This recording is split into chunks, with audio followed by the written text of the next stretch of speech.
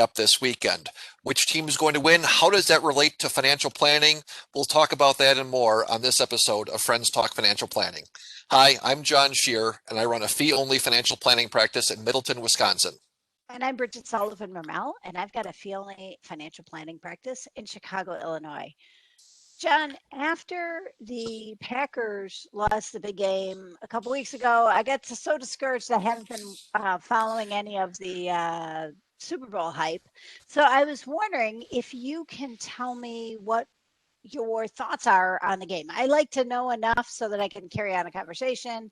And usually I just ask somebody that I know that's into it. So, John, tell me your thoughts. Yeah, I'll give you my thoughts. I just want to make a point though before I start that, Bridget, you being a Chicago person, a Packers fan, and when the Packers are done, you're out. Like, I just want to make a Yeah, point that I love that stuff, right? But we got the big true. game. I'm a sports guy. We were joking that we did a Valentine's episode. Now we get to do a sports episode, so I get Right. my part, and it's interesting. So the game coming up this weekend here, Kansas City versus Tampa Bay. Kansas City has a dynamic offense, a great young quarterback that runs and makes crazy throws and super fast receivers, and their defense is pretty good, but defense keeps them in games and the offense wins.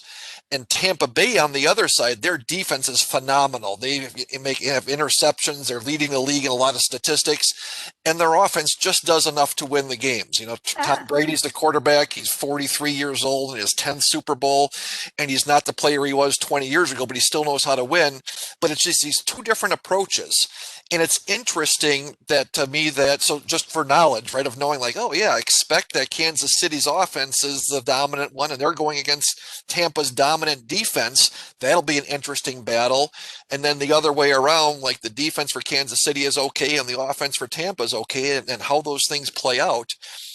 And I think it's interesting. And so, well, that's wonderful. And you talk about knowing, like being able to talk smart. One thing, if right, you're not into it, is Kansas City's favored by 3 points. So if you want to sound right. smart and you say, who are you going to bet on? You say, I'll take Kansas City -3. That's like the language, you don't have to know what it means, but you sound smart. Or on the other side, if you like Tampa, you say, I'll take Tampa Bay in the points. And then people think you know what you're talking about, right? Like that Okay, sounds, great. sounds, Thanks. sounds flashy, right? I never get into the points. Yeah. Right. So there's your little tidbit of, but so why are we talking about this on Friends Talk Financial Planning? And I think the reason that I wanted to bring that up and have this conversation, in addition to it's kind of fun to talk about what's going on with the big game, is that it relates to how success can come from different methods, right? One team's Right, got a great offense, the other team relies on their defense. And the other thing is that you also stick to your guns to be successful.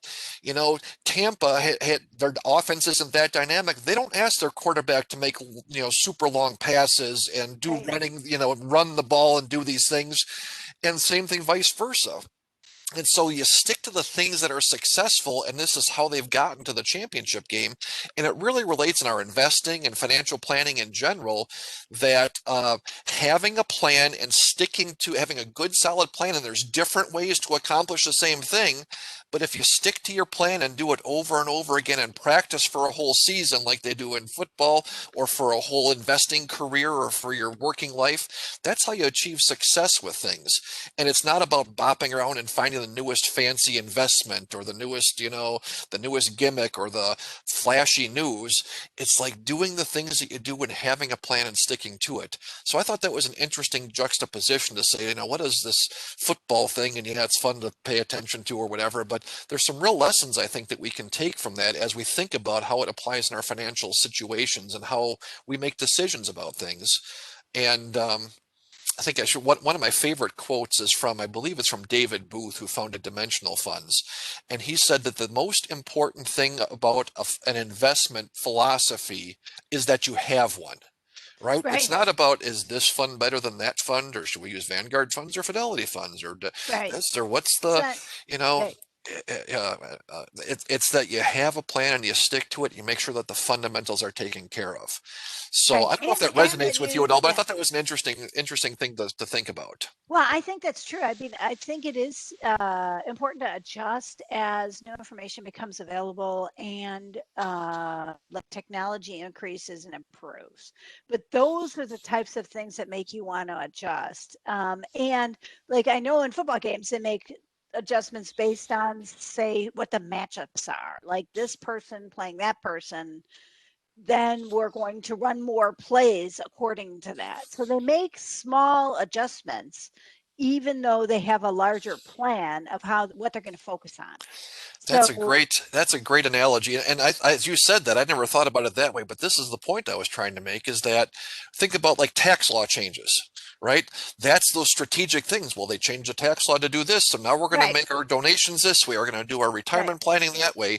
Similar to take the game on Sunday. If things go a certain right, direction, the team's going at halftime, and they're not suddenly going to change their offensive philosophy or how they approach defense, but they're going to look at these tweaks within their big philosophy. And that's exactly right. Hey, we've got this big financial plan, we've got a financial philosophy, and yeah, when there's changes in what happens in the tax law or in my job or in my marriage, we're going to make those changes and adjust. It's not fixed and never change, but it's having that right. philosophy. That's a really awesome way to look at it. I appreciate that, Bridget.